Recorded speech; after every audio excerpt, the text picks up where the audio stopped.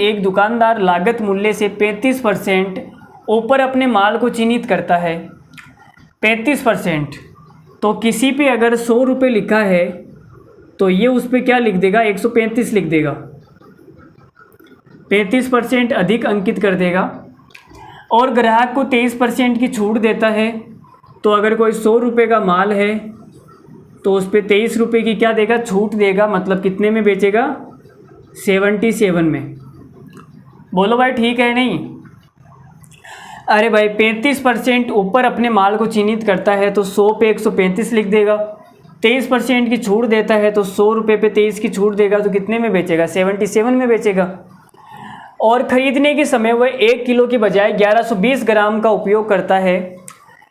तो भाई ख़रीदते समय बेईमानी करेगा तो वो ज़्यादा खरीद के लाएगा। मतलब कि वो 1000 ग्राम खरीदने गया था, लेकिन वो कितना खरीद के लेके आ गया, 1120 ग्राम।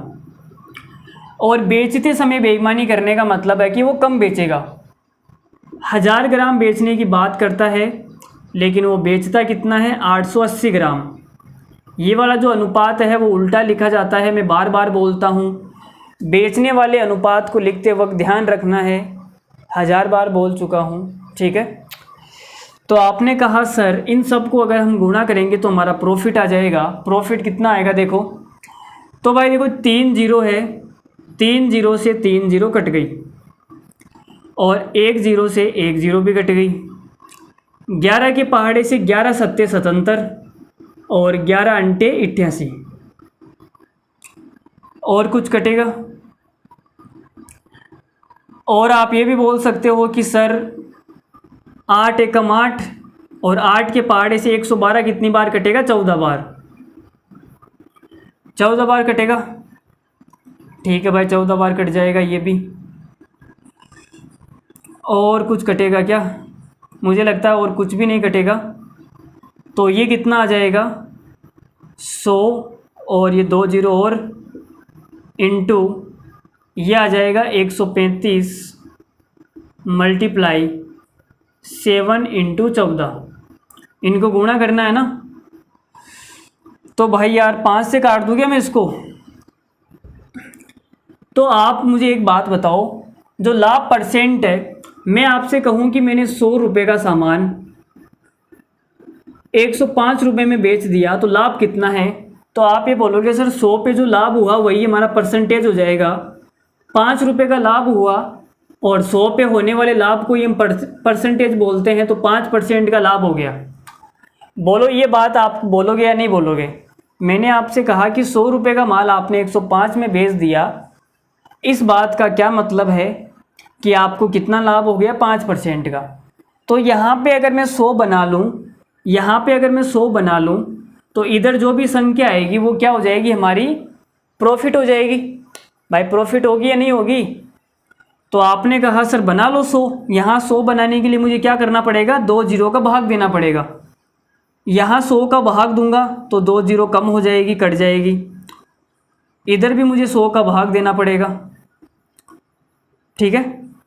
तो अब आप काट सकते हो। अगर मैं 5 से काटूंगा, 5 से काटूंगा तो ये कितना आ जाएगा, 20, और ये 5 से कितनी बार कटेगा, 27 बार, 27 बार कटेगा, ठीक है। और 27 को 7 से गुणा करूंगा तो कितना आएगा, 7 7 49, 9 हासिल की 4, 7 दूनी 14, 4 18, 189। 189 को 14 से और मल्टीप्लाई कर लो।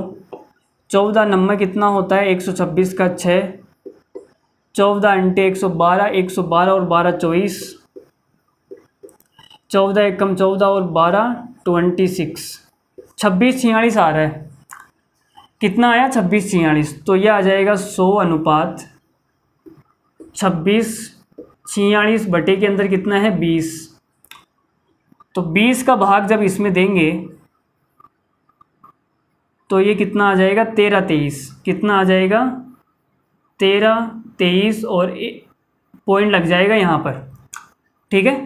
तो आप ये बोल रहे हो कि सर 100 अनुपात 132.3 आ गया, तो प्रॉफिट कितने का है, 32.3 का प्रॉफिट है, और यही हमारा क्या हो जाएगा, परसेंटेज।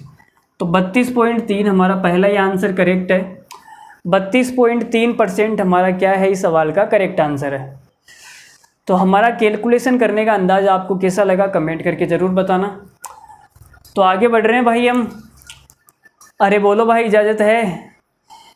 इजाज़त है या नहीं आगे बढ़ने की?